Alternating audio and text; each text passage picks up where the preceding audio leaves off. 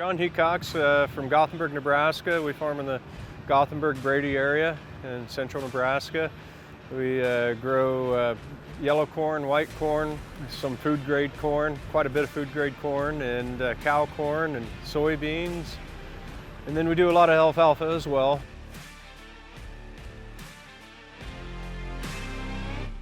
One of the biggest impacts that I've noticed on this S7800, this new platform, is the loss monitoring system.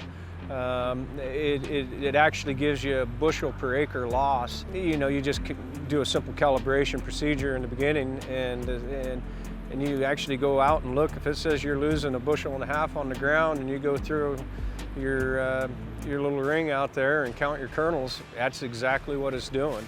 Surprisingly, versus the 780, what I've noticed, it always seemed like it was showing more sieve loss on the 780s, well in reality we're picking up more rotor loss.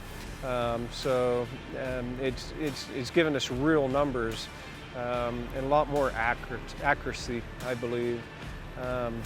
So that's a huge deal there, is the loss monitoring system.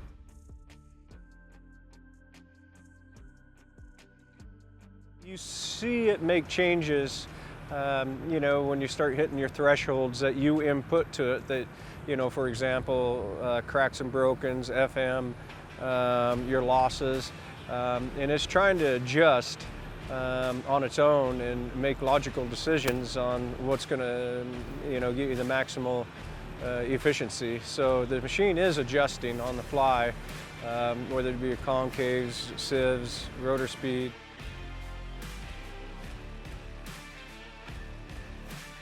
Ground speed automation, staying consistent in varying ground speed conditions. Well, it is a little inconsistent because you're varying speed, but the machine's doing it on its own. And for example, you go in from irrigated into dry land, it'll start speeding up, being predictive.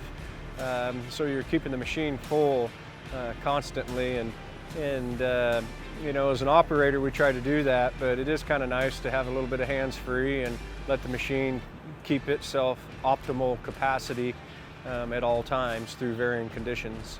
It's made it easier because it gives the guy a little bit more time to look at the books while you're driving the combine, well, riding in the combine, I should say.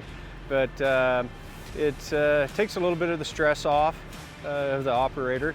And at the end of the day, when you start looking at your efficiencies compared to when I'm not running it, surprisingly, covering more acres per hour on a consistent basis running automation.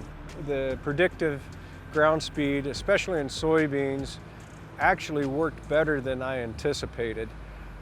So I think from last year, when we were actually cutting drier soybeans than this year, the numbers that we looked at, I was running 14% more efficient running the ground speed automation. Is the harvest automation worth it? Absolutely, it's worth it. Every field's got variability out there. That's why we have variable seeding rates out there and fertilizer rates, and you can look across the field and it looks pretty consistent from the road, but when you really dive into it, everybody knows there's variability out there, and it just helps the machine stay at its optimal performance, and your machine loaded up with the corn and keeping the bushels per acre flowing.